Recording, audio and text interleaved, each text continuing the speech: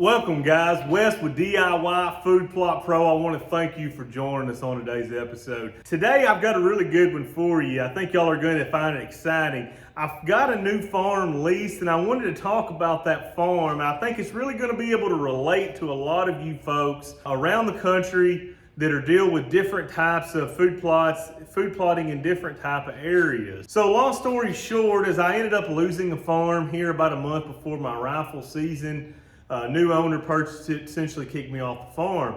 So I was able to get in contact with another landowner, another area of my home base here, but I've never really hunted out in that. I've never really spent a lot of time out in that area. It's very habitat rich, very agricultural poor, very few agricultural fields within, I would say 7-8 miles, zero agricultural fields. There's no corn, no soybeans, nothing but the occasional hayfield. But it's probably, I would guess, between 5,000 to 10,000 acres of nothing but white oak hills and hollers. That's all it is. With a few little bottomland fields hooked in, where a creek might go through that somebody kept bush hog many moons ago. Started walking this farm. I'm always going through in my mind, what is the limiting factor on this farm?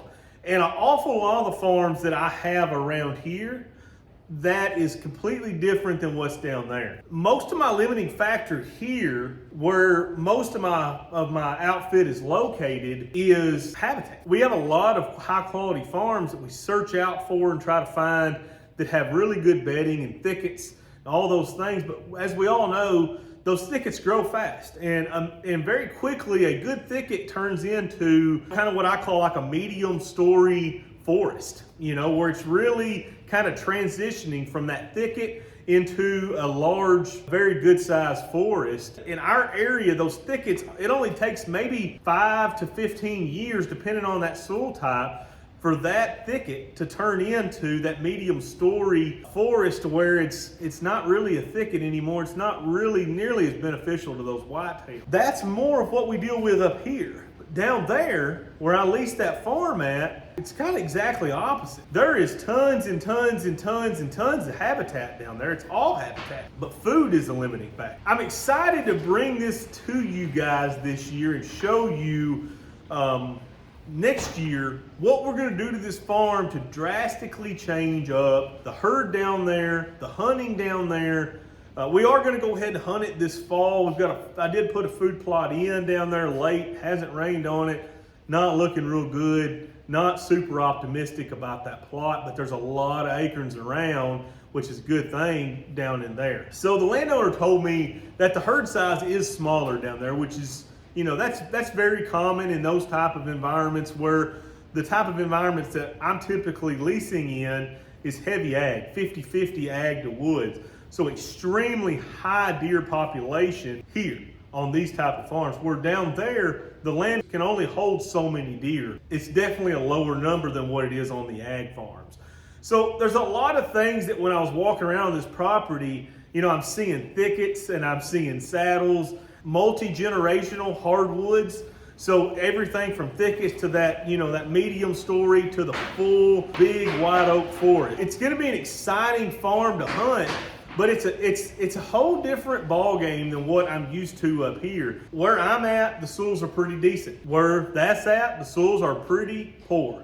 That is probably the poorest ground that we have in our county. Very poor, very rocky, very drought stricken. I'm going to show you exactly how I'm going to deal with that. And I love the opportunity to bring you guys along, because I know a lot of you guys are dealing with different types of soils than what I've got here on my farm, that are generally good soils, or at least average soils, that pretty much can raise anything that I want to raise. As long as I'm giving them the nutrients, they're good enough to be able to raise those.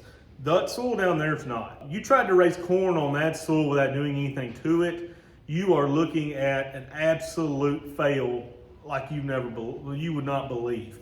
That ground is extremely rocky, low pH, very shallow, so there's not a lot of topsoil there, very low organic matter, just very unproductive soil. But I've got something that I'm going to do to that soil to make it significantly better.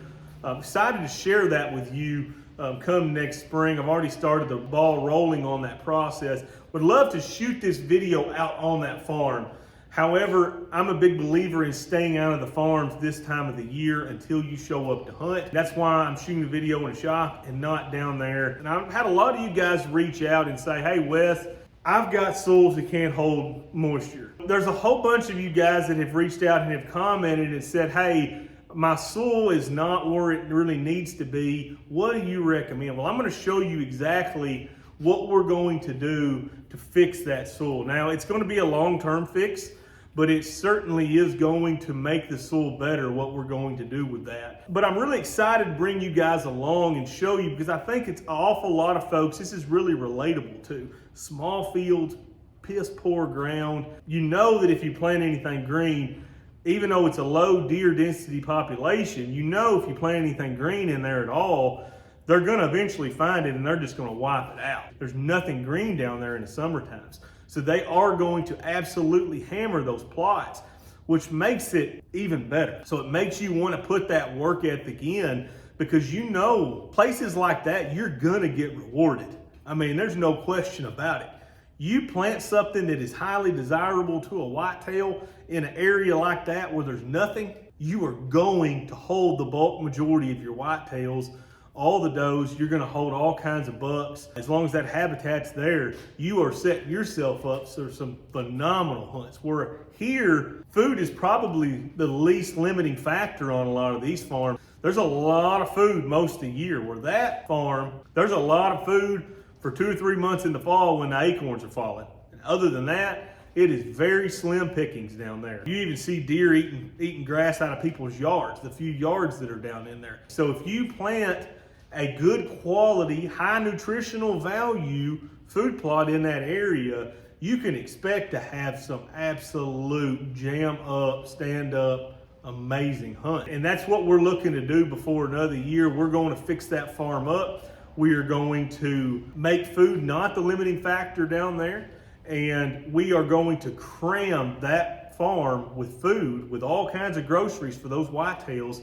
And we're going to see the difference between 2023 and 2024, where we have minimal food 23 and we're going to have piles and piles of it in 2024. I guarantee you our deer density will skyrocket, because we're going to be holding everybody else's whitetails on that farm once they find it. Thank you guys for watching. I'm really excited to take you guys along on this journey. So smash that like and subscribe button so that you don't miss this when it comes up next spring.